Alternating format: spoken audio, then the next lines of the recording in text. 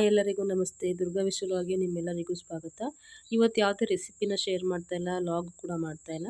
ನಾನಿವತ್ತು ತುಪ್ಪದ ರೆಸಿಪಿನ ಶೇರ್ ಮಾಡ್ತಾ ಇದ್ದೀನಿ. ಅಂದರೆ ಆಲ್ರೆಡಿ ಪಾಕೆಟ್ ತುಪ್ಪನ ತಂದು ಮನೆಯಲ್ಲಿ ಯಾವ ರೀತಿ ಕಾಯಿಸ್ಕೊಳ್ಳೋದು, ಹಾಗೆ ಚೆನ್ನಾಗಿ ಘಮ ಘಮ ಅನ್ನಬೇಕು, ಟೇಸ್ಟ್ ಕೂಡ ಇರಬೇಕು, ಆ ರೀತಿ ಯಾವ ರೀತಿ ಮಾಡೋದು ಅಂತ ಈ ವಿಡಿಯೋದಲ್ಲಿ ಪೂರ್ತಿ ವಿಡಿಯೋ ನೋಡಿ.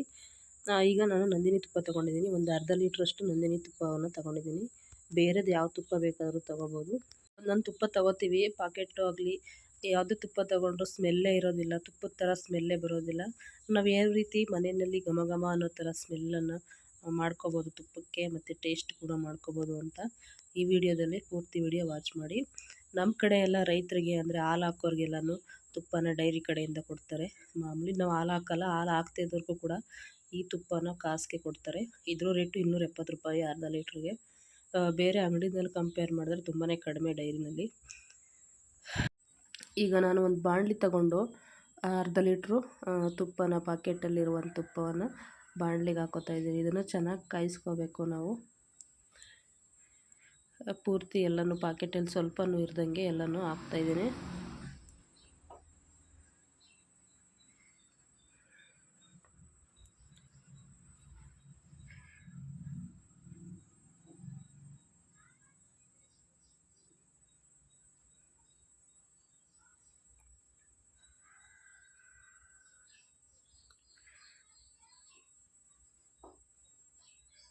ಈಗ ನಾನು ಇದಕ್ಕೆ ಏನೆಲ್ಲ ಹಾಕ್ತಾಯಿದ್ದೀನಿ ಅಂತ ನೋಡೋಣ ಬನ್ನಿ. ಕರಿಬೇವಿನ ಸೊಪ್ಪು, ಅರಿಶಿನ, ಉಪ್ಪು, ಏಲಕ್ಕಿ ಕಾಯಿ, ಹಾಗೆ ಸ್ವಲ್ಪ ಮೆಂತ್ಯನ ಹುರಿದು ಕೂಡ ಪುಡಿ ಮಾಡೋ ಕೂಡ ಬಳಸ್ಬೋದು, ಹಾಗೆ ಕೂಡ ಹಾಕ್ಬೋದು. ನೋಡಿ, ಗ್ಯಾಸ್ ಹಚ್ಕೊಂಡು ಇವಾಗ ತುಪ್ಪನ ಇಡ್ತೀನಿ ಒಲೆ ಮೇಲೆ. ಗ್ಯಾಸ್ ಮೇಲೆ ಇಡ್ತೀನಿ. ಆದಷ್ಟು ಸಿಮ್ಮಲ್ಲಿ ಇಡಬೇಕು. ತುಪ್ಪ ಸೀದೋಗೋ ಚಾನ್ಸಸ್ ಇರುತ್ತೆ, ಆದ್ದರಿಂದ ಚೆನ್ನಾಗಿ ಕರಗಿದೆ ಈಗೆಲ್ಲ. ಇದು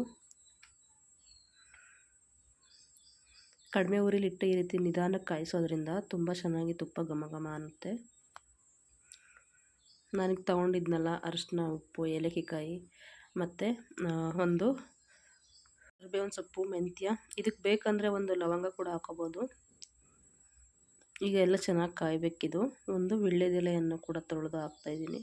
ನಮ್ಮ ಗಿಡದಲ್ಲೇ ಒಂದು ವೀಳ್ಯದೆಲೆ ಬಿಟ್ಟಿತ್ತು, ಅದನ್ನು ಕೂಡ ಹಾಕ್ತಾಯಿದ್ದೀನಿ. ಕೆಲವರು ನುಗ್ಗೆ ಸೊಪ್ಪು ಕೂಡ ಹಾಕ್ತಾರೆ. ನಾನು ನುಗ್ಗೆ ಸೊಪ್ಪು ಯಾವಾಗಲೂ ಹಾಕಿಲ್ಲ, ಆದರೆ ವೀಳ್ಯದೆಲೆ ಹಾಕಿದ್ರೆ ತುಂಬ ಚೆನ್ನಾಗಿ ಗಮ್ಮನುತ್ತೆ. ಚೆನ್ನಾಗಿ ಮಿಕ್ಸ್ ಮಾಡಿ ಚೆನ್ನಾಗಿ ಕಾಯಿಸ್ಕೋಬೇಕು. ಈ ರೀತಿ ಕಾಯಿಸೋದ್ರಿಂದ ಒಂದು ತುತ್ತು ಊಟ ಮಾಡೋರು 2 ತುತ್ತು 3 ತುತ್ತು ಊಟ ಮಾಡ್ತಾರೆ, ಅಷ್ಟು ಚೆನ್ನಾಗಿರುತ್ತೆ. ಅನ್ನೋ ಜೊತೆಲಿ ಹಾಕ್ಕೊಂಡು ತಿನ್ನೋದಕ್ಕೆ ತುಪ್ಪ ಅಂತೂ ಚೆನ್ನಾಗಿ ಘಮ ಬರಬೇಕು. ಅಲ್ಲಿವರೆಗೂ ಸಿಮ್ಮಲ್ಲೇ ಕಾಯಿಸ್ಕೊತಿದ್ದೀನಿ ಇದನ್ನ. ಈಗ ನೋಡಿ, ಚೆನ್ನಾಗಿ ಕಾಯ್ದು ನೊರೆ ಬಂದಿದೆ. ಇದನ್ನು ಆದಷ್ಟು ಪ್ಲಾಸ್ಟಿಕ್ನಲ್ಲಿ ಹಾಕ್ಕೋಬೇಡಿ, ತುಂಬಾ ಬಿಸಿ ಇರುತ್ತಲ್ಲ, ಆದ್ದರಿಂದ ಸೋಸೋ ಜಾಲರಿನೂ ಕೂಡ ಪ್ಲಾಸ್ಟಿಕ್ನಲ್ಲಿ ಸೋಸ್ಕೋಬೇಡಿ.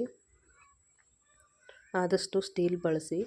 ಪ್ಲಾಸ್ಟಿಕ್ನಲ್ಲಿ ಹಾಕೋದ್ರಿಂದ ತುಪ್ಪ ಅದು ಪ್ಲಾಸ್ಟಿಕ್ ವಾಸನೆ ಬರುತ್ತೆ ಸ್ವಲ್ಪ, ಆದ್ದರಿಂದ ಎಲ್ಲವನ್ನು ನೀಟಾಗಿ ಸೋಸ್ಕೋತಾ ಇದ್ದೀನಿ. ಈಗ ನಾನು ಮೆಂತ್ಯ ನೋಡಿ ಹೆಂಗೆ ಬೆಂದು ಕಪ್ಪಗಾಗಿದೆ ಅಂತ. ಎಲ್ಲವನ್ನು ಸೋಸ್ಕೊಂಡಾಗಿದೆ ನೋಡಿ. ಈ ರೀತಿ ಮಾಡಿಕೊಂಡ್ರೆ ತುಪ್ಪ ತುಂಬ ಚೆನ್ನಾಗಿರುತ್ತೆ, ಘಮ ಘಮ ಅನ್ನುತ್ತೆ. ಇದು ಇವಾಗ ತಾನೇ ಕಾಯಿಸಿರೋದ್ರಿಂದ ತೆಳ್ಳಗಿದೆ. ಸ್ವಲ್ಪ ಹೊತ್ತು ಬಿಟ್ಟರೆ ಮರಳಾಗಿ ಚೆನ್ನಾಗಿ ಬರುತ್ತೆ, ಸ್ವಲ್ಪ ತಣ್ಣಗಾದ್ಮೇಲೆ. ಯಾರಿಗೆಲ್ಲ ಈ ವಿಡಿಯೋ ಇಷ್ಟ ಆಯಿತು ಪ್ಲೀಸ್ ಲೈಕ್ ಮಾಡಿ, ಶೇರ್ ಮಾಡಿ, ಕಮೆಂಟ್ ಮಾಡಿ. Thank you. ವಿಡಿಯೋ ನೋಡಿದ್ದಕ್ಕಾಗಿ ಧನ್ಯವಾದಗಳು. ವಿಡಿಯೋನ ಎಲ್ಲೂ ಸ್ಕಿಪ್ ಮಾಡಿದೆ, ಪೂರ್ತಿ ವಿಡಿಯೋ ನೋಡಿ. ಮತ್ತು ಕಮೆಂಟ್ ಬಾಕ್ಸ್ನಲ್ಲಿ ಒಂದು ಕಮೆಂಟ್ ಮಾಡೋದನ್ನು ಮರಿಬೇಡಿ. Thank you for watching.